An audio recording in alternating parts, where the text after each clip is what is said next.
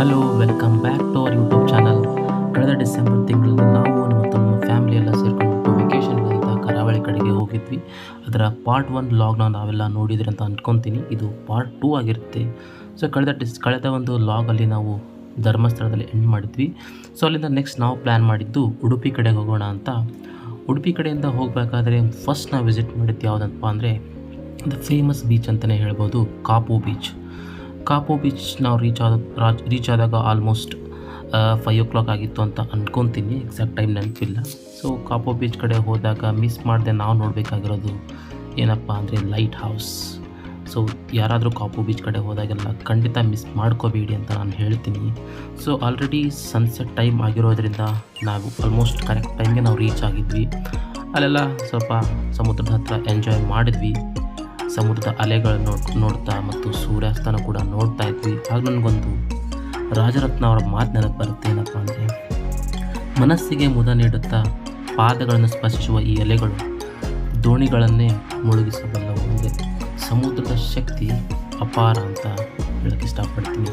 ನೋಡೋಕ್ಕೆ ಅದೊಂಥರ ಮನಸ್ಸಿಗೆ ಮುದ ನೀಡುತ್ತೆ, ಆದರೆ ಸಮುದ್ರದ ಶಕ್ತಿ ನಾವು ಯಾವತ್ತೂ ಎದುರಿಸೋಕ್ಕೆ ಆಗಲ್ಲ ಅಂತಲೇ ಹೇಳ್ಬೋದು.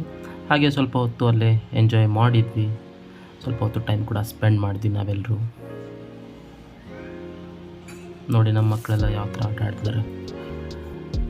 ಸೊ ಅಲ್ಲಿಂದ ಸನ್ಸೆಟ್ ನೋಡ್ಕೊಂಡ್ಬಿಟ್ಟು ನೆಕ್ಸ್ಟ್ ಲೊಕೇಶನ್ಗೆ ಹೋಗೋಣ ಅಂತ ಅಲ್ಲಿಂದ ಟಾಟಾ ಬೈ ಬೈ ಮಾಡ್ತಾ ಹೊರಟ್ವಿ. ಸೊ ಅಷ್ಟೊತ್ತಿಗಾಗಲೇ ಎಲ್ರಿಗೂ ಹೊಟ್ಟೆ ತಾಳ ಆಗ್ತಾ ಇತ್ತು. ಸೊ ಅಲ್ಲೇ ಸಮೀಪ ಏನೋ ಸ್ವಲ್ಪ ಚಾಟ್ ಸೆಂಟರ್ಸು, ರೋಲ್ಸು ಅದೆಲ್ಲ ಸಿಗ್ತಾ ಇತ್ತು. ನೋಡೋಣ, ಟ್ರೈ ಮಾಡೋಣ ಅಂತ ಹೋದರು ರೋಲ್ನ ತಿನ್ನೋಕ್ಕೆ. ಸೊ ಸ್ವಲ್ಪ ಹೊತ್ತು ಅಲ್ಲೇ ಟೈಮ್ ಸ್ಪೆಂಡ್ ಮಾಡಿದ್ವಿ. ಎಲ್ಲ ಹೊಟ್ಟೆ ಎಲ್ಲ ತುಂಬಿಸ್ಕೊಂಡ್ವಿ. ರೋಲ್ಸ್ ಟೇಸ್ಟ್ ಮಾಡಿದ್ರು, ಹಾಗೆ ಮೋಮೋಸ್ ಎಲ್ಲ ಟೇಸ್ಟ್ ಮಾಡಿದ್ರು. ಸ್ವಲ್ಪ ಟೈಮ್ ಅಲ್ಲೇ ಸ್ಪೆಂಡ್ ಮಾಡಿದ್ವಿ. ಸೊ ಅಲ್ಲಿಂದ ರೋಲ್ಸ್ ಎಲ್ಲ ತಿಂದಾದಮೇಲೆ ನೆಕ್ಸ್ಟ್ ನಾವೆಲ್ಲಿಗೆ ಹೋಗೋಣ ಅಂತ ಪ್ಲ್ಯಾನ್ ಮಾಡಿದ್ವಿ ಅಂದರೆ ಉಡುಪಿಯ ಮಲ್ಪೆ ಬೀಚ್ಗೆ. ಆಲ್ರೆಡಿ ಕತ್ಲಾಗಿರೋದ್ರಿಂದ ನಾವು ರೂಮ್ಗೆ ಹೋಗಿ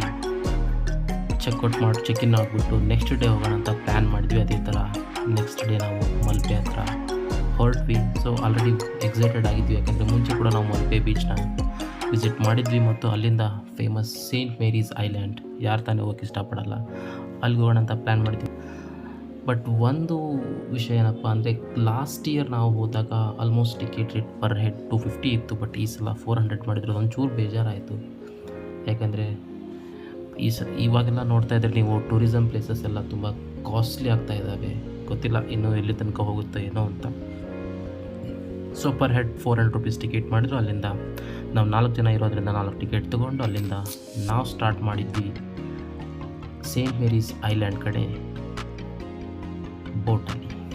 ಬನ್ನಿ ಹತ್ತೋಣ ಬೋಟ್ಗೆ. Let's begin our adventure in Saint Mary's Island. ಸ್ವಲ್ಪ ಹುಷಾರಾಗಿ ಹತ್ತಬೇಕಿಲ್ಲ, ಯಾಕಂದರೆ ಬೋಟ್ ಸ್ವಲ್ಪ ರೋಪ್ ತುಂಬ ಪವರ್ಫುಲ್ಲಾಗಿ ಎಳಿತಾ ಇರುತ್ತೆ. ಯಾಕಂದರೆ ದಂಡೆಯಿಂದ ಸ್ವಲ್ಪ ದೂರ ಇರುತ್ತೆ ಬೋಟ್, ಹಾಗಾಗಿ ಅದೊಂಚೂರು ಪವರಿಂದ ಎಳಿತಾ ಇರುತ್ತೆ. ಸ್ವಲ್ಪ ಹುಷಾರಾಗಿ ಹತ್ತಬೇಕಿಲ್ಲಿ. ಸೊ ನಾವೆಲ್ಲ ಹತ್ಕೊಂಡ್ವಿ, ಇನ್ನೇನು ಸೆಟಲ್ ಡೌನ್ ಆದ್ವಿ.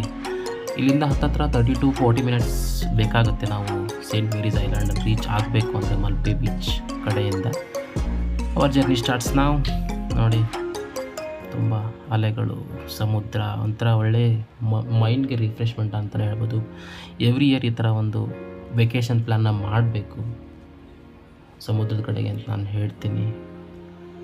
ಸೊ ಮೈಂಡೆಲ್ಲ ರಿಫ್ರೆಶ್ ಆಗುತ್ತೆ ಅಂತ ನನ್ನೊಂದು ಅಭಿಪ್ರಾಯ. ಸೊ ಜರ್ನಿ ಸ್ಟಾರ್ಟ್ ಆಯಿತು. ಇಲ್ಲಿಂದ ನಾವು ರೀಚ್ ಆಗಿದ್ದೆ ಸೇಂಟ್ ಮೇರೀಸ್ ಐಲ್ಯಾಂಡ್. ಸ್ವಲ್ಪ ಫೋಟೋಸ್ ವೀಡಿಯೋಸ್ ಎಲ್ಲ ತೊಗೊಂಡ್ವಿ.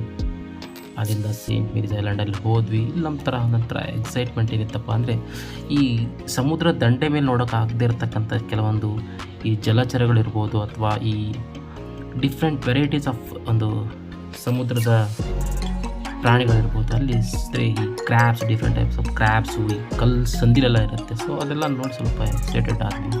ಸೊ ಅಲ್ಲಿಂದ ರಿಟರ್ನ್ ಬಂದ್ವಿ. ಸಾಯಂಕಾಲ ಆಗಿತ್ತು ಆಲ್ರೆಡಿ. ರಿಟರ್ನ್ ನಮ್ಮ ಬೋಟ್ ಸ್ಟಾರ್ಟ್ ಆಗಿತ್ತು. ಅಲ್ಲಿಂದ ಸ್ಟ್ರೇಟಾಗಿ ನಾವು ಹೋಗಿದ್ದು ಮಲ್ಪೆ ಬೀಚ್ ಕಡೆಗೆ. ಸೊ ನಮ್ಮ ಪ್ಲ್ಯಾನಲ್ಲಿರ್ತಕ್ಕಂತಹ ಈ ಐಲ್ಯಾಂಡ್ನ ಕವರ್ ಮಾಡಿದ್ವಿ. ನೋಡಿ, ವಾಟರ್ ಸ್ಪೋರ್ಟ್ಸ್ ಎಲ್ಲ ಇದಾವಲ್ಲಿ. ಸೊ ನಮಗೆ ಟೈಮ್ ಇರೋಲ್ಲ ಆ್ಯಕ್ಚುಲಿ, ನಾವು ಟ್ರೈ ಮಾಡ್ಬೇಕು ಅಂದ್ಕೊಂಡ್ವಿ. ಸೊ ಟೈಮ್ ಶಾರ್ಟೇಜ್ ಇರೋದ್ರಿಂದ ನಾವು ಹಾಗೆ ಬಂದ್ವಿ.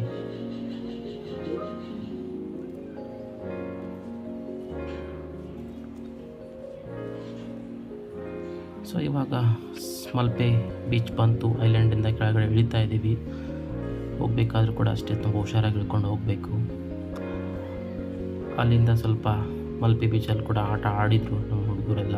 ಅಲ್ಲಿಂದ ಇವರು ಅಲ್ಲಿ ಒಂದು ಯೂನಿಕ್ ಸ್ಟೈಲಲ್ಲಿ ಅದು ಸಿಗುತ್ತೆ ಈ ಕಡೆನೂ ಎಲ್ಲ, ಬಟ್ ಅಲ್ಲಿ ಒಂದು ಏನೋ ಸಮುದ್ರ ಹತ್ತಿರ ಸಮುದ್ರದ ಐಟಮ್ಸು ಅಥವಾ ಈ ಪರ್ಲ್ಸು ಆ ಥರ ಎಲ್ಲ ಯೂಸ್ ಮಾಡಿಬಿಟ್ಟು ಏನೋ ಜ್ಯುವೆಲ್ರೀಸ್ ಟೈಪ್ ಏನೋ ಇದ್ವು, ಅದನ್ನೆಲ್ಲ ಪರ್ಚೇಸ್ ಮಾಡಿದರು. ಅಲ್ಲಿಂದ ಈ ಡೇ ಕ್ಲೋಸ್ ಆಗುತ್ತೆ. ಸೊ ನಾವು ಇಲ್ಲಿಂದ ನೆಕ್ಸ್ಟ್ ಎಲ್ಲಿಗೆ ಹೋಗ್ತೀವಿ ಅನ್ನೋದನ್ನು ನೆಕ್ಸ್ಟ್ ವೀಡಿಯೋದಲ್ಲಿ ತಿಳಿಸ್ಕೊಡ್ತೀನಿ. ಅಲ್ಲಿವರೆಗೂ ಟೇಕ್ ಕೇರ್, ಬಾಯ್ ಬಾಯ್.